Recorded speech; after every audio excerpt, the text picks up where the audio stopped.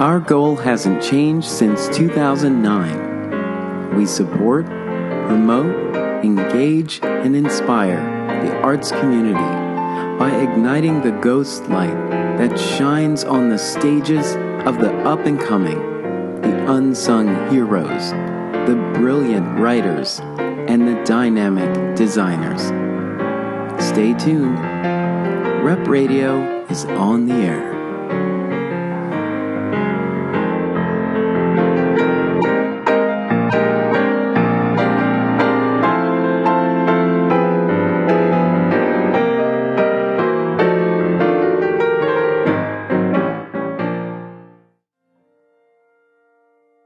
Welcome to Rep Radio.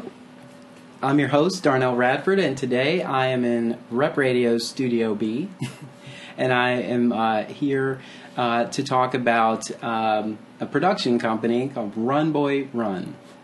And I'm here with two ladies, and I'll have you introduce yourselves. My name is Alicia Davidson. Mm-hmm. My name is Jenna Randall. Okay, and welcome to Rep Radio. Thank you. Alicia and Jenna. Yes. Okay.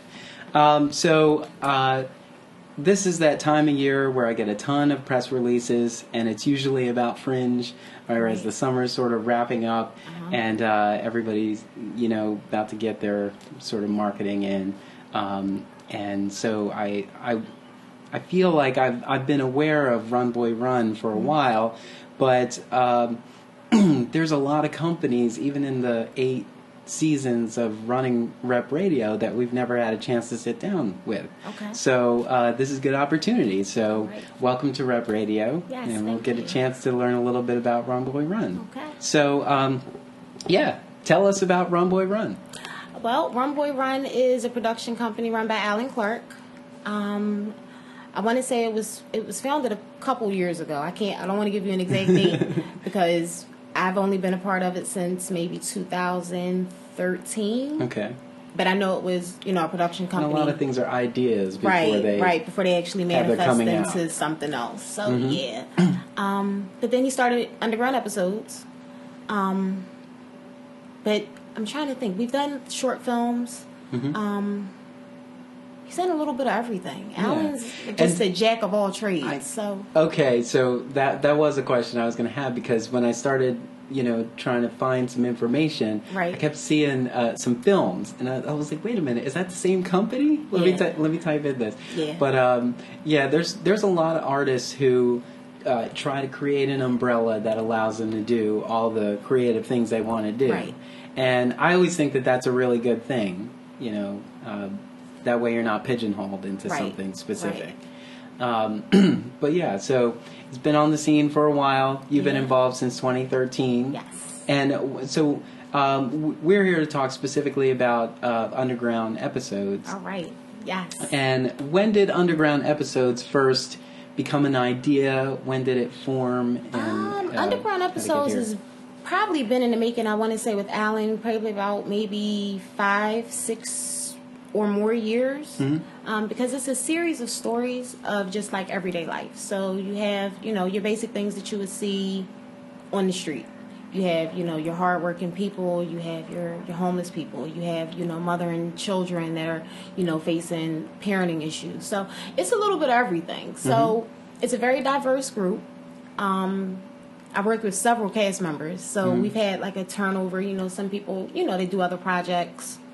They kind of move on and do, other things. But he's awesome with casting people, which has made us a family. Yeah. Because even past cast members, they still come to shows. They still show support. They still are part of underground episodes. So once you're a part of underground episodes, you're family. Your family. Yeah. It's pretty much a big family. Yeah. So is it like a series? I want to say yes. It's a series of different stories, again, of different people in everyday life. Mm-hmm. So, again, with my particular piece, I'm a stressed out office worker. Mm-hmm. And I'm pretty sure everybody can relate to that because everybody has that one boss or, that one coworker or that one job, that you just don't want to you don't want to deal with. Yeah. You know, but it's part of life, and that's what we got to do to, you know, kind of keep the ball moving. So, yeah, definitely. But yeah, it's a very interesting piece. It's just an awesome play, and just the way that he wrote it and put it together, it's amazing. It's amazing. And us as actors, all we can do is, you know, bring the words to life. But when we read, I know with me, when I read the script, I was like, wow. Oh, you know, I can't wait to be a part of this. So you got involved with Run Boy Run in 2013. Yes, sir. And did Underground episodes start then? Underground episodes, yes. We started that, yes, in 2013. And then we did the Fringe Festival. We started, I think our first show was at the Philadelphia Art Alliance. Okay. We did that in about September of 2014. You know, by the time, you know, you do rehearsals and things like that. Then we did the Ithaca Fringe Festival. We won 2 awards. We're award winners. We got Audience Choice and it was a best cast, right? I think it was Audience Choice. It was like Viewer's Choice, and then it was the Mason Best cast and the Andrew M. and the Dixon Award. The Andrew Dixon Award. Yeah. Yes, the founder of the Fringe Fest. Oh, so okay. he was like the founder of the Fringe Festival, and we actually, that was the first time that they made that, I guess, a category. Yeah. And of course, we were the first cast to win. So I know there are tons of Fringe festivals. So what brought all of you to Ithaca? Does somebody live up there? Well, no. Alan is very big with networking. He gets Underground episodes and Run Boy Run out there. So he was networking, and after we did the Fringe Festival out here in Philadelphia, I guess he, you know, started reaching out to people in New York, started networking. We met George Shapiro, and oh goodness, she's going to kill me. I can't think of his wife's name, but George, yes, and his wife, they were awesome. Okay. You know, assisted us with housing and, you know, showed us around a little bit, and they actually were the ones that were able to push the ball with us going into the Fringe Festival. So. Oh, that's good. So you've been there for the beginning. So you were there at the origin of all this. Yes. Talk about the process. How did Underground episodes become what it is? I would say it was just the cast. You know, we became such a tight-knit family, you know, outside of rehearsals, that we just became so comfortable that it was natural. You know, so even with some pieces, again, the piece that I do, it's called Mental Labor of Slavery. But it's me and 3 other guys. Okay. So we rehearse outside, and, you know, we built the relationship and chemistry outside of rehearsal. So when we do it and we're on stage, it's there, you know. And I've noticed that with a lot of people in a lot of different pieces. Again, even when he recast, you know, it's still there. You know, we welcome people with open arms. You know, there's no, you know, like some people, and I've been with other casts, you know, where you might have like that one person that might think she's, you know, better than somebody, or, you know, oh, I think I should have lead, or, you know, but nobody's like that. Yeah. You know, we just don't have that problem. It just fits. It works. It just works. And Alan, and I say this to him all the time, he was so awesome with casting. You know, he knows how to wean people out, because we have had some, you know, bad eggs, but they're no longer with us. But the ones that he kept and the ones that we're working with now, awesome people. Awesome people. So when I was thinking Underground episodes, I was wondering if this is a collection of stories, but do those stories change every time you produce, or are they the same stories that you've brought to different places? Well, the stories were different. He's added a couple of pieces, took a couple of pieces out, and again with new cast members. There's another piece called Matrimony, and it's a same-sex ensemble, you know, little monologue piece together. But the last time they did it, it was 2 females. It was me and another female. This is the first time that we're actually going to have 2 guys. Okay. So it's going to be really interesting to watch, you know, it unfold into more than what it already was, because the piece alone was good. Yeah.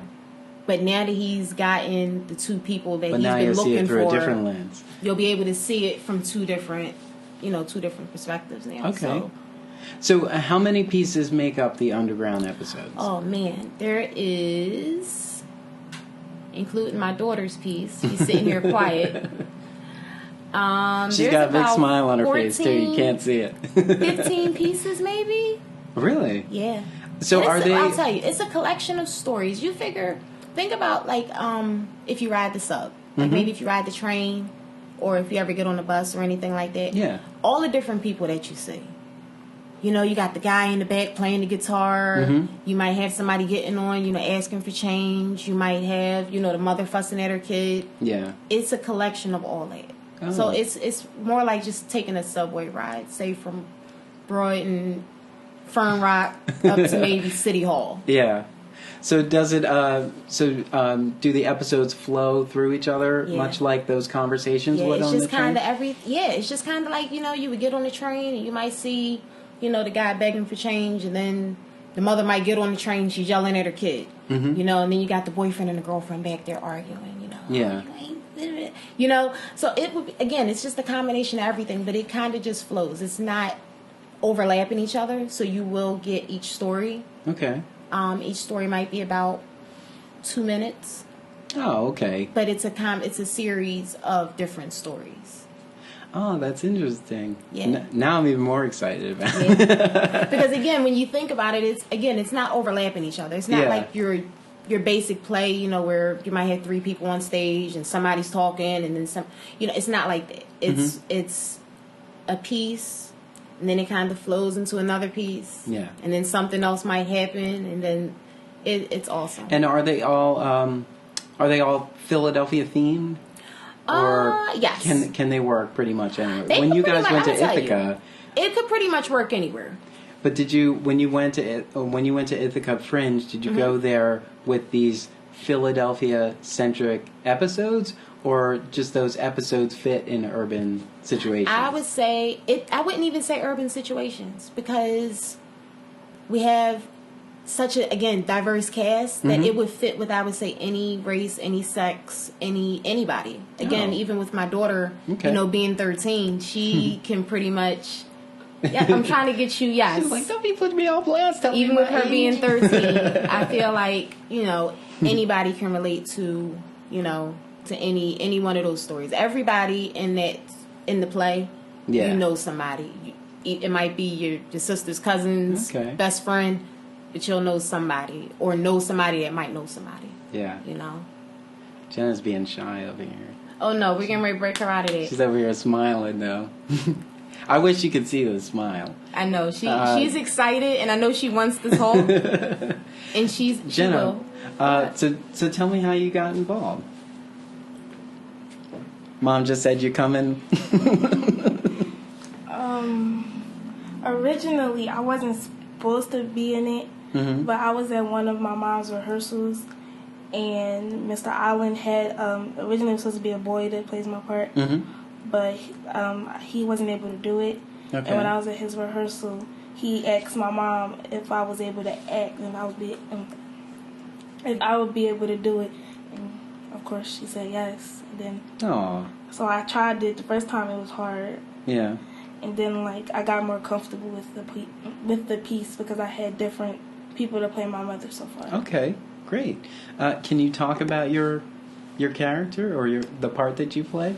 I play a 13-year-old child whose mother is very mean, and but the reason why she's mean is because she's stressed because my father left her and he's in jail for life. Oh.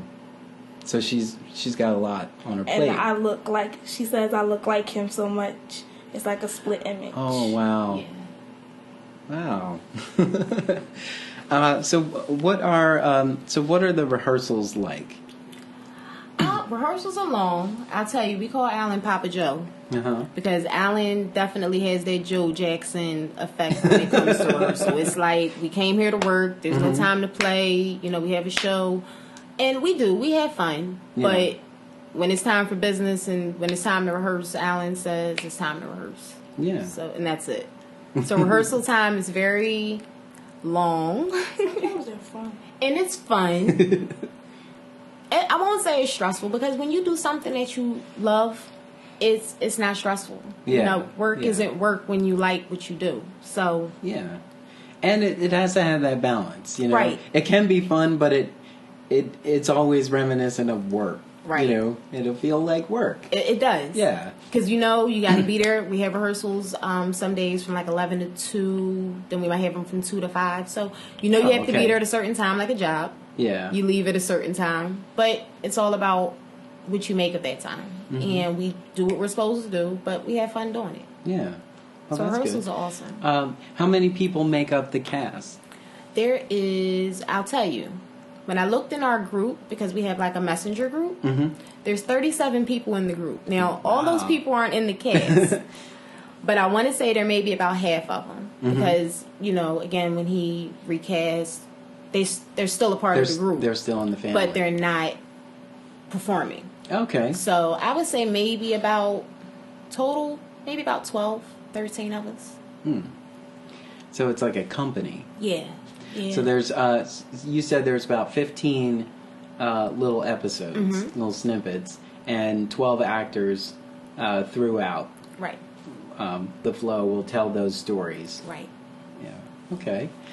So besides actually, I'll put this to both of you, because you're at rehearsal. Besides the pieces that you play, are there other episodes that you like to observe or watch? Oh yeah. I tell you, I like them all. Okay. I like them all. You can watch that whole play from start to finish, and I actually get a little upset because I'm in the first half and I'm also in the second half, so I never get a chance to really see the second half of the show because I'm off stage. You know, I kind of leave off the train after my piece, which is still in the first half. So I never get a chance to see the end of the show, but during rehearsal time, I would say my favorite piece. You see, I'm trying to think. I really like Mascara Part 2 because that piece is about a man that's really trying to get his wife to understand that he really does love her. It's about a man and a woman, and he's really just trying to get through to her. He's just really trying to explain to her, I love you and I'm here, but you're not listening to me. And she just completely, in the beginning, she's kind of like, I don't want to hear it. But then after he says what he has to say, you really hear this man pleading for his wife. And she does a complete 360 at the end. So, oh, wow. That whole piece, I love it. I love it. Shout out to Henderson Seeley and Timothy, I think his name, because we have 2 people doing that piece. Oh, okay. And both guys are awesome. Both guys are awesome. And Jenna? What's your favorite piece? Did you have a favorite? My favorite piece is The Ratchet Girls. The Ratchet Girls? Oh, yeah. Yes. Tell me about the Ratchet Girls. They're like they're like really funny. They're like really ratchet. Like kind of like Mean Girls? No, not really, like really ratchet. Like the opposite of what you want your girlfriend to be. Oh, okay. Are they just fun to watch, or they just have good lines, or what do you like most about them? They're fun to watch because every rehearsal they kind of like switch up like how they're gonna act it out. Okay. And it's like different every time you see them perform it, but it's either way it's still funny. Oh, all right. I knew you would like the radio. I should have known. Well, the stories sound serious, but I assume that there's some humor that's throughout the stories. It's serious. It's sad. It is funny. It has a little bit of everything. Yeah. I don't have any funny pieces. All my pieces are serious. I am happy towards the end. My daughter is very depressed during the play. So I won't say it's all depressing because, again, the Ratchet Girls are hysterical. Yeah.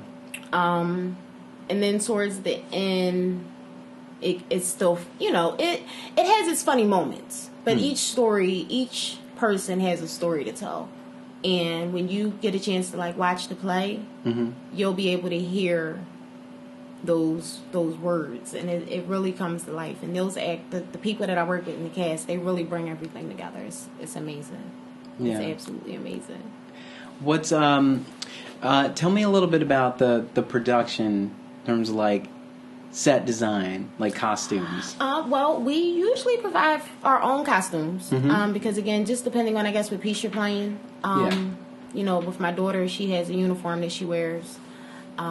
Set design, that's all Alan and Kristen Silverstein. She's our set designer. She did the whole train effect, so it does look like the Broad Street line. So you have your orange seats and your poles that you will hold on to. And so all the episodes happen on the train. The whole stage is on the train. Yeah, the stage has a Broad Street feel. Okay, you know, riding us up. Nice. We have little cardboard. So it's got that gritty, Philadelphia edge to it. Oh yeah, you got the trash on the ground, and I won't say it smells like, you know, it doesn't stink, but it smells like a subway. There you go. Well, it's made to feel like you're on the subway. It's made to feel like a subway, right? It doesn't smell like a subway, but it does look like it. And as far as like soundtrack and stuff like that, that's all Alan. Alan does the sound. He does the lights. He does it all.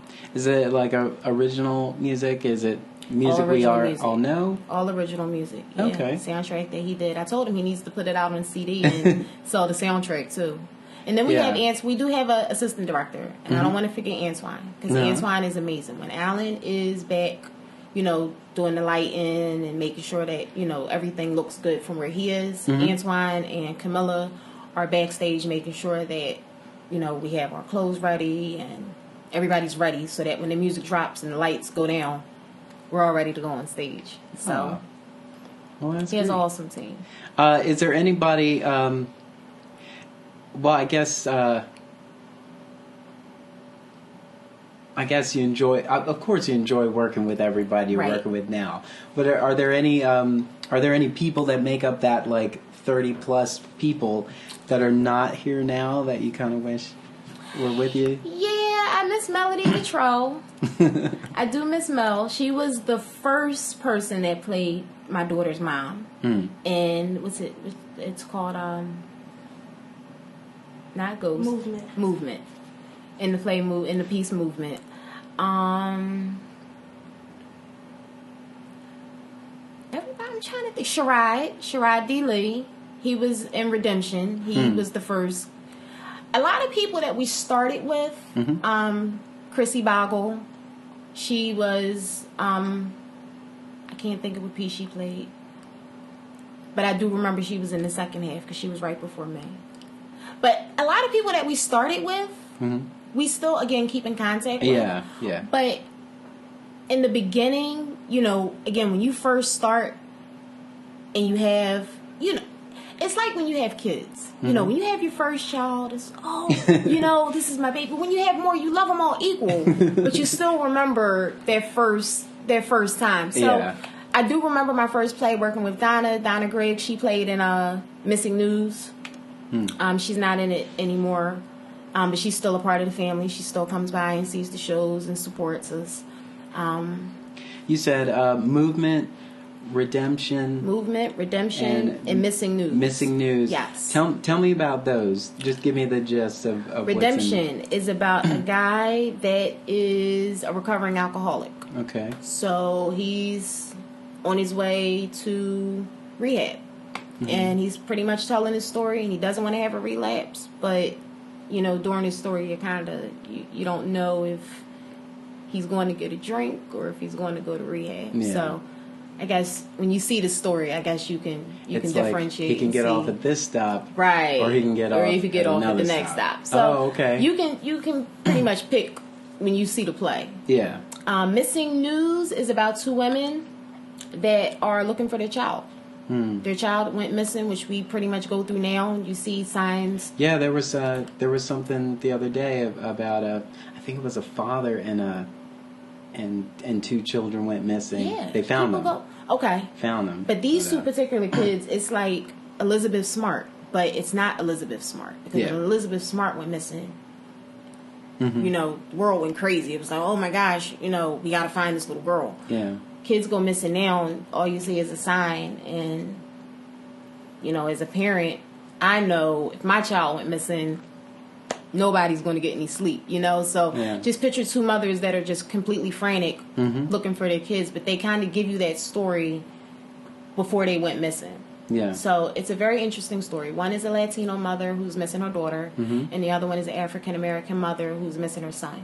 Wow. And both of these parents are hysterical, and they're looking for their kids. And imagine the dynamic of that. They're both on the train. Yeah. They're both missing their children. They didn't get on at the same time. Yeah. They don't know each other, but they both have the same story. And they're two completely different, ethnicity of people, you know? So it's amazing. So it was Missing News. Oh, and Movement, about the stressed out mother. Stressed out mother? Yeah. And I know she deals with that probably when she's at home. She probably says, "Mom, that's you," and it's completely different, because that mother is. And when I hear her piece, when my daughter's performing, I feel that piece because I've seen other kids. I have friends that have kids that have talked to their kids like this, or that feel the way that this mother feels talking to her daughter. So they're pretty touchy stories. Pretty touchy. Did you have a piece you wanted to share? Sure. I'm gonna put Jenna on blast over here. Yeah, Jenna's going to do a couple lines too. Do you want to share? Yeah, you're going to do Ghost. This is a new piece that Alan has just added to this. It's called Ghost? It's called Ghost. Okay. I want to say 4 months. Okay. Don't be shy. Just pretend nobody's here, but everybody's here. Here you go. Have you ever met a ghost? Today I did. Today was the first day of understanding why my mother was so distant. To be continued. That's all you're going to give them. Okay. Just a taste, Just a right? Little bit. And that's from Ghost. Mm-hmm. Okay. See, but that's enough to be like, now I want to hear the rest. Yeah. So I'm gonna have to go to the show. See, hear the rest. Do you ever think about as an ensemble what you hope an audience will take away from the experience of underground episodes? I hope they get a feeling of understanding, because I know with me now, I try to have a little bit more compassion for people. Mm-hmm. When you do get on the sub and you do see different things like homeless people. Yeah. Like I try to make sure now I'm not as harsh. I try to make sure, certain people, you might give them a change or give them $1 or something like that. Yeah. But I really hope that they just get a good story and some type of understanding that we all go through the same thing. Yeah. Everybody, we're all human. Everybody goes through the same everyday struggles, whether it's work, whether it's home, whether it's finance, whether it's love life. Everybody has something to relate to it. So I just really hope that people are able to, again, understand that we're all human. Yeah. I like sometimes I resist, categorizing it as such, but I like slice of life pieces. Right. Where we're just kind of observing a moment. We're kind of looking in a window. Right. And I think that those are so much more relatable for people who are not traditional theater goers. Right. Yeah. Right. And I think that those are probably the most surface of productions that are more accessible to people. In the times that you've been a part of it, what have been the audience responses? Well, I'll tell you, we've gotten, depending on what piece you're talking about, because I know, we've done one show and the audience couldn't stand the Ratchet Girls. They were so disgusted with them because they were just again, like your annoying girls. They were dancing and they were cussing and they were, just being girls.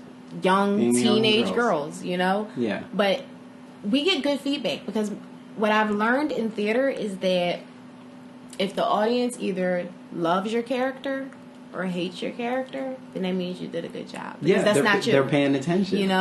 So I remember when we went to New York, I did Matrimony, which is the same-sex piece. Yeah. And we had a same-sex couple come out.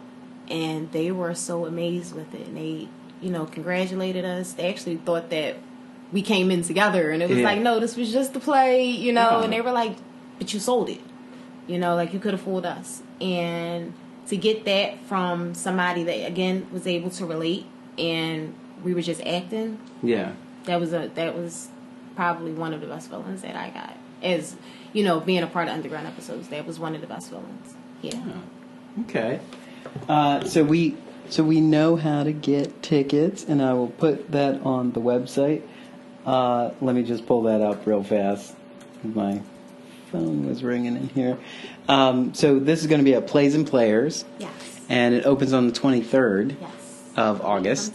And it runs until September 2nd. Yes. So this is actually right before Fringe. Yes. That's before that whole madness. big madness. Yeah. Before Made of America, before all that. Yeah, actually all that. So we got a good time. All right, so it's Underground episodes, RunBoyRun Productions. Yes. And it and I think you can get the tickets at playsandplayers.org. Yes. Right? Yeah, and you can also, there's a Facebook page, and we'll put a link to all that stuff we got on. Facebook, so you can find out Instagram, more about Twitter. RunBoyRun Yes. and everything. Ladies, thank you so much for Thank you. coming in and chatting with me about this. Thank you for And having us. and teasing a little bit, Jenna. Just smile. I wish we were doing video here. Is this your breakout role? You gonna be a superstar now? I like acting for right now. Yeah. Yeah, it's cool for right now. Yeah. I think you'll like it later, too. It's cool for right now. All right, ladies, thank you for taking the time. Thank you for telling us a little bit more about RunBoyRun and Underground episodes. And get to Plays and Players. That's playsandplayers.org for tickets for the show. And it's by the time you hear this, it'll be now through September 2nd.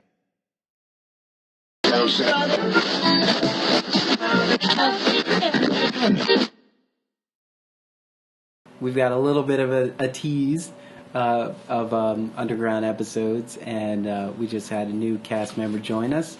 So we'll have you introduce yourself. Oh, I'm Edgar Facette. Just happy to be with the cast of Underground episodes. I feel very fortunate to be with this group of people. I'm very happy to be with this group of people. Great.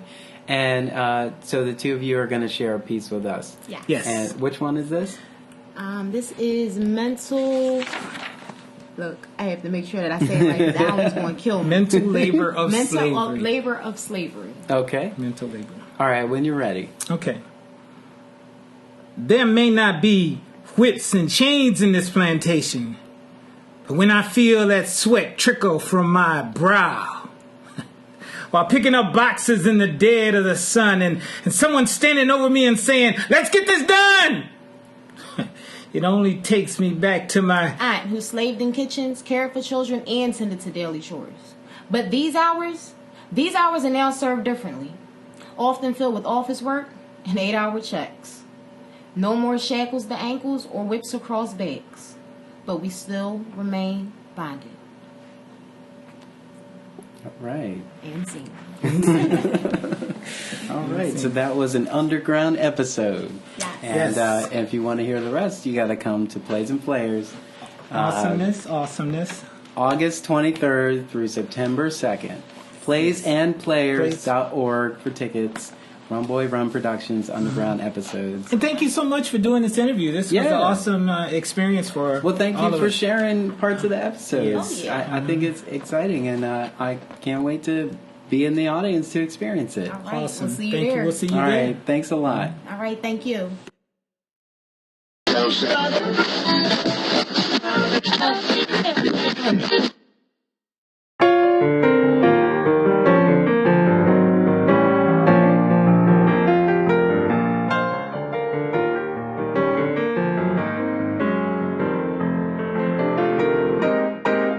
Rep Radio continues to be inspired by our community and listeners like you.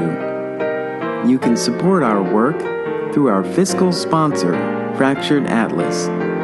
and through our Patreon page. Visit repradio.org/donate for more. Stay tuned. You know the rest.